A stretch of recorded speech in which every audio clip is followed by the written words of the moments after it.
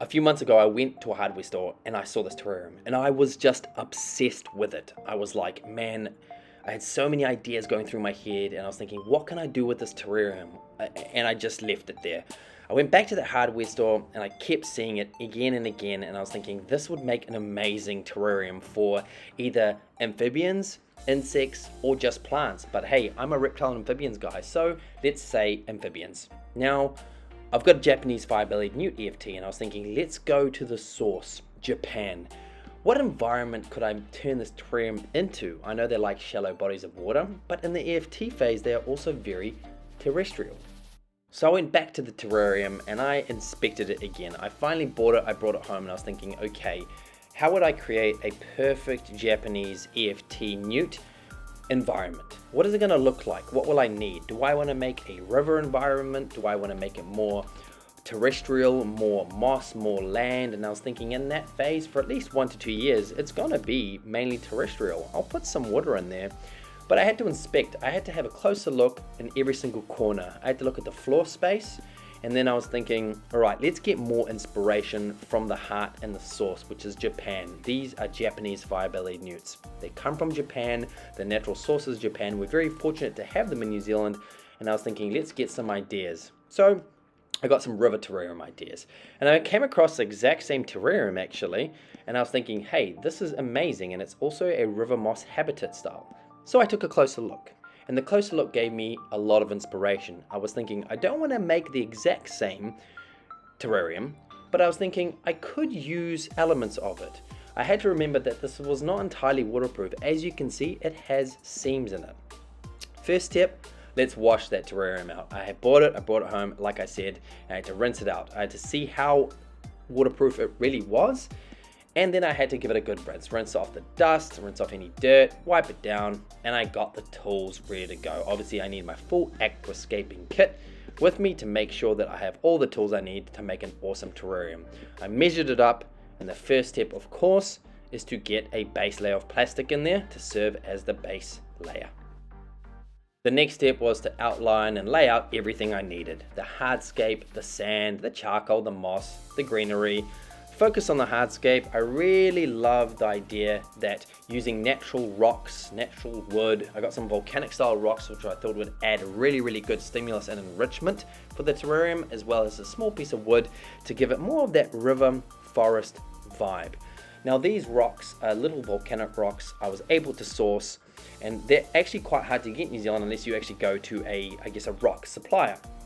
Moss, the obvious one, right? Moss just gives it that extra stimulus and enrichment, gives it more greenery. It's something for them to hide under or hide in, and it just gives the terrarium that oosh that it needs. Charcoal and sand, obviously I'm gonna have a false bottom, so charcoal is key for any terrarium. It neutralizes odor, it helps with bad bacteria, and the sand is that extra layer of false bottom so that any water will drain through and that will catch it. Tiny pots. Now obviously you want greenery in there, especially newts. As EFTs, they love climbing, and I thought what a great element to add. Now you want indoor plants because amphibians don't like direct sunlight. They like cooler environments, and indoor plants are perfect for that because indoor plants also don't need direct sunlight. They just need natural sunlight or indirect sunlight.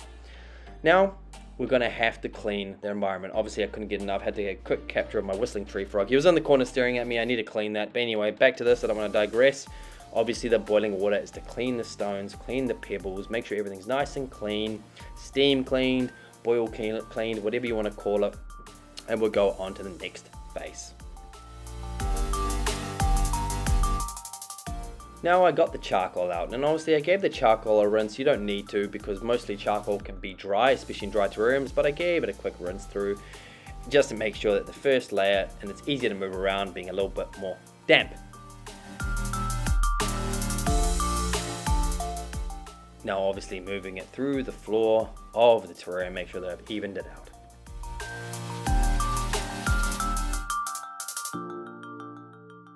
I really like using a brush to move some of this substrate around just because it makes it really easy. Brushes are perfect for that.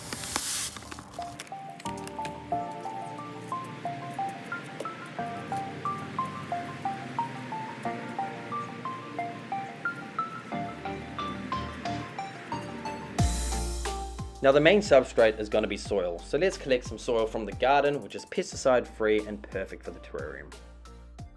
Now let's have a quick break. My EFT newt arrived from a key breeder in the North Island of New Zealand. It arrived overnight and it arrived safe and sound. So this is probably the coolest unboxing in the middle of a video for a terrarium build that ever has been made. Obviously not, but anyway, a super exciting element. Newt arrived, had to check him out, do a visual health check, and the guy was amazing. Super cute, super active, and perfect for the terrarium. One little newt, although it could hold more, but let's start with one. I then went on to add the soil into the terrarium. Now this is the fun part. Although the hardscape and the soil is the laborious elements, it also is the most exciting and fun and enjoyable elements, where it gets you to play, you can experiment, and you can really start bringing the terrarium to life. What I wanted to do was, a corner for the tree, so it made it look like an actual riverbed, and then one end was actually going to be a replicated riverbed. So how I formed it was having the plants, or the indoor plants, in one corner, making it look like it was the edge of the forest, and then we'll go from there.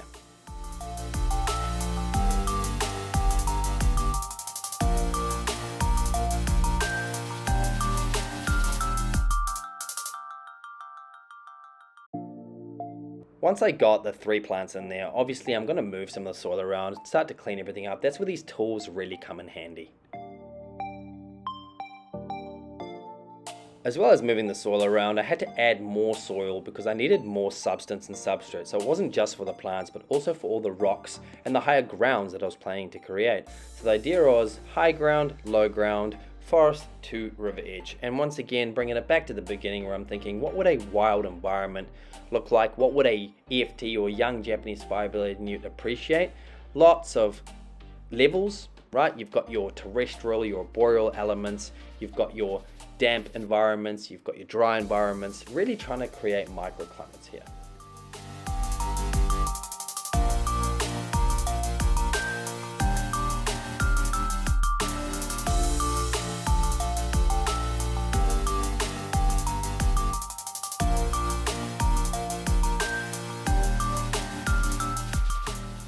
Adding the rocks was tricky. I had a lot of rocks, but obviously I couldn't use all the rocks. So what I wanted to do was use one large rock and then almost make a trickle of smaller rocks towards the water or the river edge.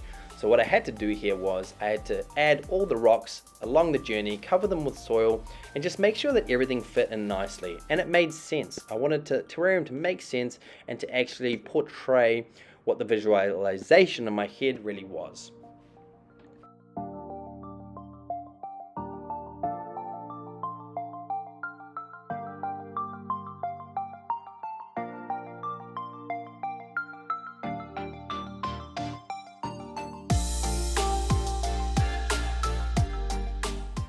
Adding the small rocks just gave it a bit more character, and also I had to think about how I was going to plant the moss. So I had to do a bit of forward thinking, alright, if I do have all these small rocks and large rocks, I also need to be able to plant the moss around it.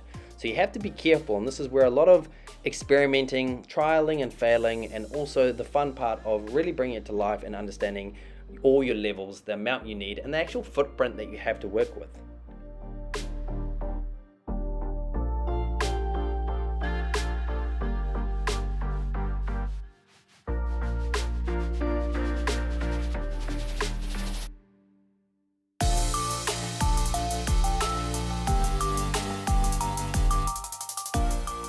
So we're almost there, and I thought I'd add the little pool or the dish of water that the newt will have first, just to see how we're working for space. As you can see, I had to move them things around to make space for the actual dish that's going to be in there.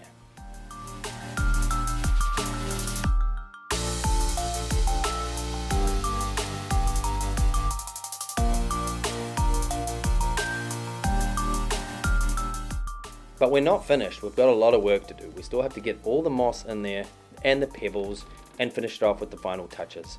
The moss, now when you get these moss packs, you really have to get in there and tear it all apart, because it all comes in small and big clumps. You need to pull it apart into smaller and larger and medium-sized pieces so that you have different sizes and they're easy to play with. Moss can be tricky, and this is where, and even some areas of moss came with bark, which I thought was really cool, but moss can be tricky, to my previous point, that you really have to play with it. You have to be quite niggly with it. You have to split it up, break it up, and you have to make chunks that can fit in every single nook and cranny of the terrarium.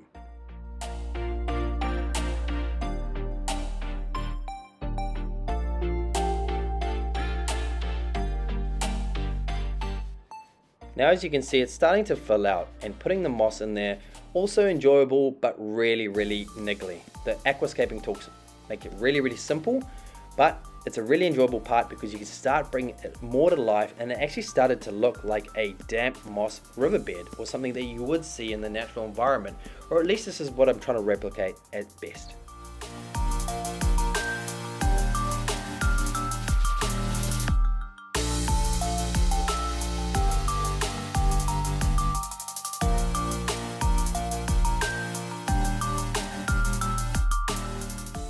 Now there was one corner that still needed work, and that was the riverbed. So obviously I got river stones, and these 2 bags of river stones was the perfect amount of river stones I needed. So obviously I need to wash and rinse them first.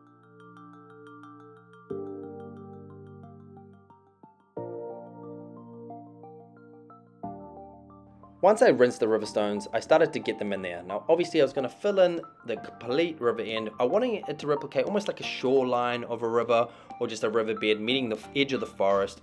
The idea here is there was a shallow end and a deep end. The deep end is where the tray is.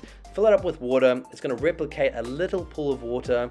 Now EFTs don't need much water. They're not aquatic by any nature, but they still need water in there, and it's good to give them the option of water just in case they want to dip their feet in. Now terrarium builds can get messy. You get a lot of leftovers, but none of this will go to waste. This will go towards the next terrarium build, so by all means keep this just in case you want to add some different elements and add some extra things to it. But anyway, let's check out the final piece. We're going to clean up the terrarium, we're going to wipe all the water, all the dirt, we're going to give everything a mist, and we're going to add the finishing touches.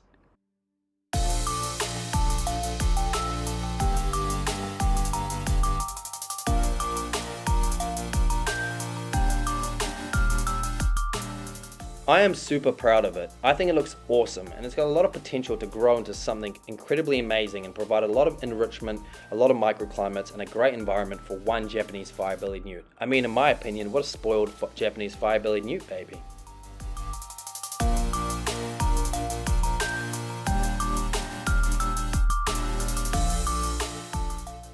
Now let's get the little guy in there. What are we waiting for? The terrarium's complete. We might as well get the guy in there. So once again, this is a Japanese Fire Bellied Newt. We get 2 species here in New Zealand, the Chinese and the Japanese. The Japanese are much larger, and the EFTs always come with this brightly colored orange tail with a cool stripe on the back. That does go away over time as they get older.